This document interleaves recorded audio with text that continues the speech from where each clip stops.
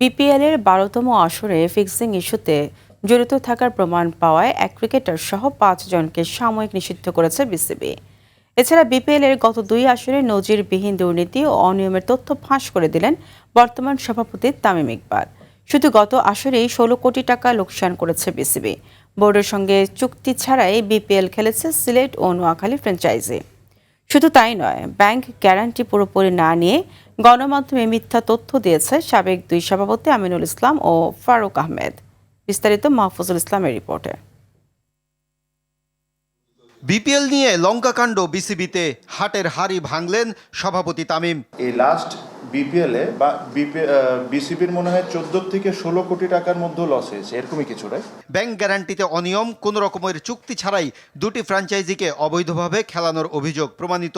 নিয়ম আছে 10 কোটি টাকা ব্যাংক গ্যারান্টি দিতে হবে, আমি ওই জিনিসটা না মেনে তাকে 2 কোটি টাকা ব্যাংক গ্যারান্টির নিয়ে পুরো টিমটা ওকে দিয়ে দেওয়ার পর সে এন্ড অফ দ্য ডে প্লেয়ারদের পেমেন্ট করছে না।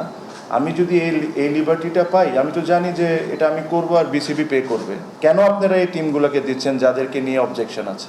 এটার পিছনে কি রিজনস, কারা এটার সাথে জড়িত, এই জিনিসগুলা তুলে ধরা it is very very very high time. এমন অনিয়ম চলতে থাকলে বিপিএল আয়োজন অর্থহীন।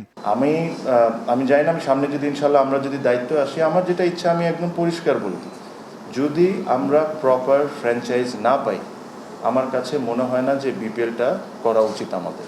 এসবের দায় নিতে হবে বুলবুল ও ফারুককে। যদি এটা আলাদা কমিটি, যদি ওখানে ওনারা থেকে থাকেন, তাহলে এই অ্যাকাউন্টেবিলিটি তাদেরও নিতে হবে।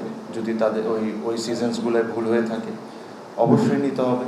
ভবিষ্যতে বোর্ডে এলে প্রয়োজনে বিদেশি কোম্পানিকে আয়োজনের দায়িত্ব দেওয়ার কথা জানান তামিম। ইন্টারন্যাশনালি দেয়ার আর এজেন্সিজ, যারা এই জিনিসগুলো লুক আফটার করে। যদি as individuals we think that we are not doing a fair job, we will try and get help. BPL fixing কাণ্ডে জড়িত থাকার প্রমাণ পাওয়ায় ক্রিকেটার অমিত মজুমদার সহ ৫ জনকে সাময়িক নিষিদ্ধ করেছে বিসিবি।